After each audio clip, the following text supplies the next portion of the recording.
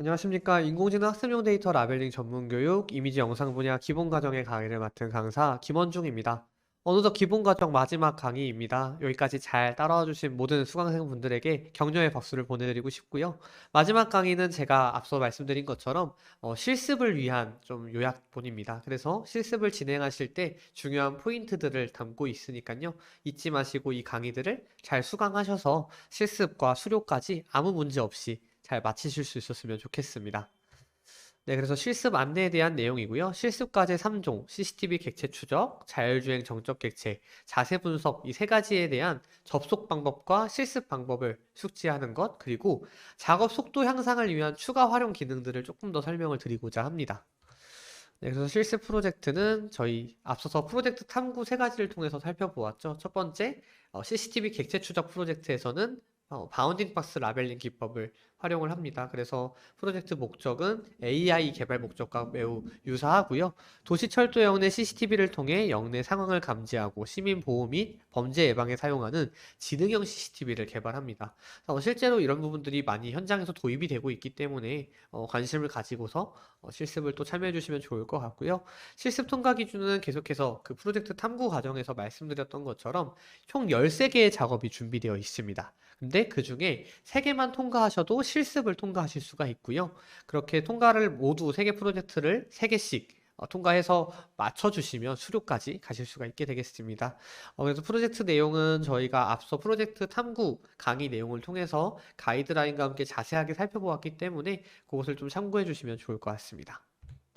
두 번째 프로젝트는 폴리곤 폴리라인을 활용했었죠. 그리고 프로젝트명은 자율주행 정적 객체, AI의 꽃이라고도 부르는 사람들이 있는데 자율주행이 이제 많이 도입됨에 따라서 그와 관련된 데이터 라벨링 프로젝트도 많이 있습니다. 그 중 하나로 횡단보도와 차선을 라벨링하는 정적 객체 라벨링 프로젝트를 저희가 함께 살펴보았고요.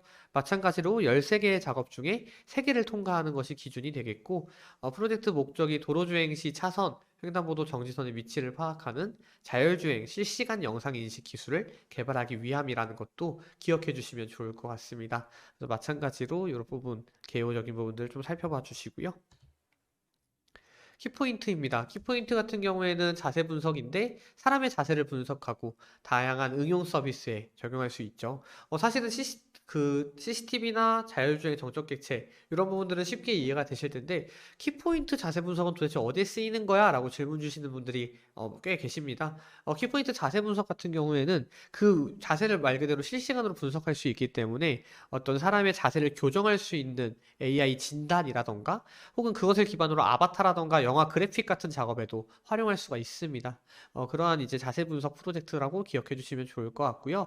마찬가지로 총 13개 작업 중에 3개의 작업물을 통과하시면 이 프로젝트 실습 자체를 통과하실 수 있게 됩니다. 그래서 각각의 기준들을 좀 살펴봐 주시면 좋을 것 같습니다. 네, 그럼 중요한 수료 기준인데요. 수료 기준은 앞서서 개요에서도 제가 계속해서 말씀드린 것처럼 각 3개 프로젝트마다 13개의 과제, 13개의 데이터가 준비되어 있습니다.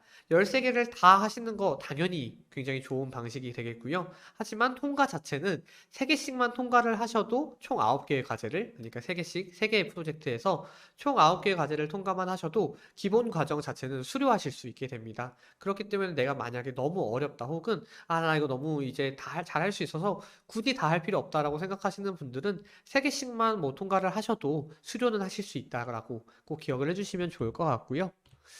그렇다면 실습 프로젝트 접근하기 한 번 더 저희 정리하면서 좀 확인을 해보겠습니다. 네, 교육 사이트, LMS 사이트에 먼저 가입을, 접속을 해주시는 게 중요합니다. 흔히들 이제 질문 주실 때 데이터 메이커 시냅스 이 저작 도구 어떻게 들어갑니까? 혹은 실습을 위한 사이트 어떻게 들어갑니까? 이런 질문들 많이 주시는데요. 꼭 기억해 주셨으면 좋겠는 것은 교육 사이트, LMS 사이트에 들어가셔서 접속을 하신 다음에 하단에 데이터 메이커 배너를 통해서 들어오셔야 합니다. 그게 아니라 데이터 메이커 시냅스 검색하셔서 들어오실 수도 있겠지만 그렇게 되면 배너로 접속하지 않았기 때문에 실습 기록, 그 다음에 수강 기록이 수료를 위해서 연동되는 것이 불가합니다. 그래서 반드시 교육 사이트, LMS 사이트 들어오셔서 접속하시고 그 다음에 아래 배너를 클릭하셔서 실습 바로 가기로 이렇게 들어오시는 것이 굉장히 중요합니다. 실습 사이트 접속하는 것 반드시 기억해 주시고요. 프로젝트 선택은 기본 과정에는 바운딩 박스, 폴리곤 폴리라인, 키포인트 세 가지가 이렇게 준비되어 있는데요. 각각의 이제 원하는 프로젝트를 클릭하셔서 실습 프로젝트로 열람하실 수가 있고요. 들어오실 때 계속해서 비밀번호 입력을 저희가 하면서 이제 정착 비밀번호를 안내를 안 드렸었는데, 이번 기본 과정의 실습 프로젝트 참여 비밀번호는 저기 나와 있는 DMA2022로 접속이 가능하십니다.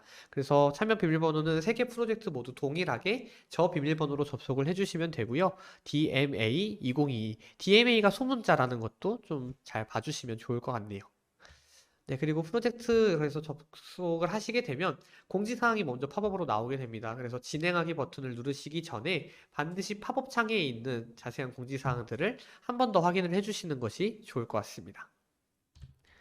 네, 그래서 실습 시작하기로 들어오시면 작업 목록, 그 다음에 가이드라인 보기와 문의하기 세 가지 이렇게 그 컬럼 정보들이 있는데요. 각각의 그 상단 탭을 클릭하셔서 들어가실 수가 있고, 작업 목록을 들어가셔서 시작하기를 누르시면 작업창으로 이동을 하게 되고, 가이드라인 보기 누르시면 가이드라인을 볼 수 있는 창으로 이동하게 됩니다. 그래서 시작하기 버튼을 누르시면 새 탭이 열리면서 저작 도구가 열리고요. 그러면 이제 실제로 제가 시연 때 보여드렸던 것처럼 실제 라벨링을 하실 수 있게 됩니다. 그래서 객체를 확인하고 라벨링 하는 것, 잘 그 가이드라인을 따라서 진행을 해주시면 좋을 것 같고요. 모두 내가 라벨링이 끝났다라고 하시면 우측 상단에 제출하기를 바로 눌러주시면 다음 작업으로 자동으로 이동을 하는데, 그 전에 문제가 있다라면 자동 채점을 통해서 문제가 있다라고 검수 코멘트가 나올 수도 있습니다. 네, 그럼 작업을 위한 팁을 또 몇 가지 좀 드리고자 합니다. 작업 팁은 사실은 제가 가이드라인 설명드리면서 몇 가지 팁들을 말씀을 드렸었어요. 근데 그런 것들 외에 좀 공통적으로 기억해 주셔야 되는 팁들을 한 번 더 소개를 드리고자 합니다.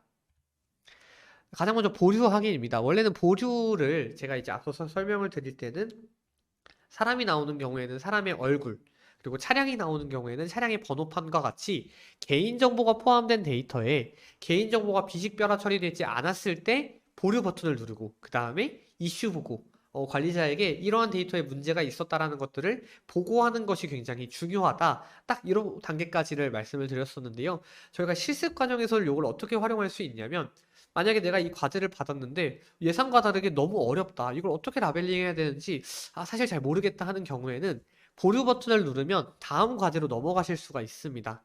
한 가지 팁을 좀 추가로 제가 설명을 드리면, 교육 과정 내에는 보류 처리해야 되는 불량 데이터가 포함되어 있지는 않습니다. 그렇기 때문에 정상적으로 모두 라벨링을 한다면 보류를 누르실 일이 거의 없을 것 같아요. 그런데 만약에 이 데이터를 내가 받았는데 나 이 이미지 도저히 까다로워 보여서 라벨링하기 어려울 것 같아, 그래서 다음 이미지를 도전해 보겠어 하는 경우에는 보류 버튼을 누르시면서 다음 이미지로 넘어갈 수 있다라는 거죠. 그래서 보시면 이렇게 보류 버튼을 눌러서 이제 넘어가실 수 있는 것 외에도 추가적인 팁들이 있는데, 클래스 기본값 설정하기, 제가 이거 CCTV 객체 추적 때 한번 언급은 드렸었는데요. 보통은 라벨링을 하고 하나의 비박스를 만든 다음에 어느 종류에 속하는지 클래스를 저희가 선택을 하게 되는데요. 지금처럼 객체 추적 같은 경우에는 대다수가 일반인이잖아요. 그래서 매번 일반인을 일일이 클릭하는 게 너무 어렵다 하시는 분들은 클래스 선택이라는 패널에서 기본형이 있고 확장형이 있습니다.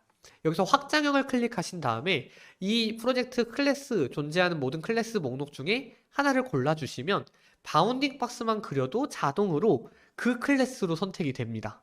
이해되셨나요?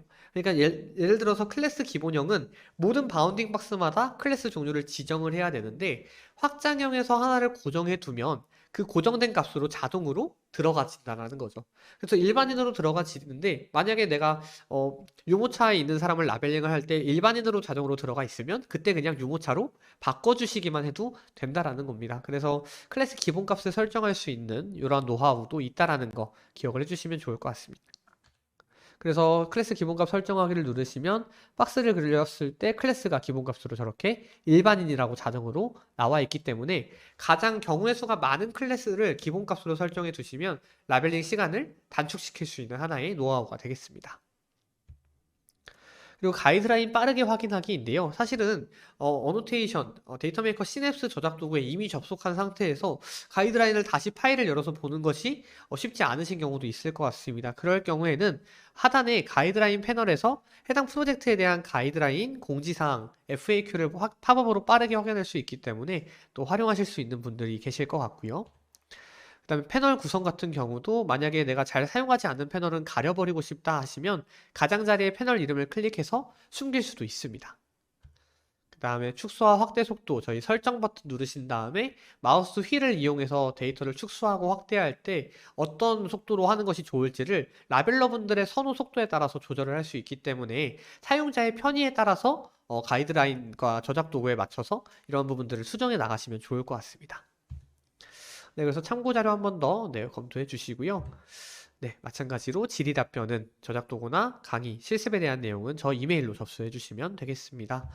네, 여러분 이로써 저희 실습에 관련된 팁 그리고 중요한 내용들을 찝는 강의까지 해서 기본 과정의 모든 강의가 드디어 마치게 되었습니다. 강의를 수강하시느라 정말로 고생이 많으셨고요. 기본 과정 수료, 실습 과정 통과까지 잘 끝나신 분들은 이후 마지막 단계인 심화 과정까지 저와 함께 잘 정복해 나갈 수 있으면 좋을 것 같습니다. 모든 강의 들으시느라 정말 고생 많으셨습니다. 그러면 기본 과정의 모든 강의는 여기서 마치도록 하겠습니다. 감사합니다.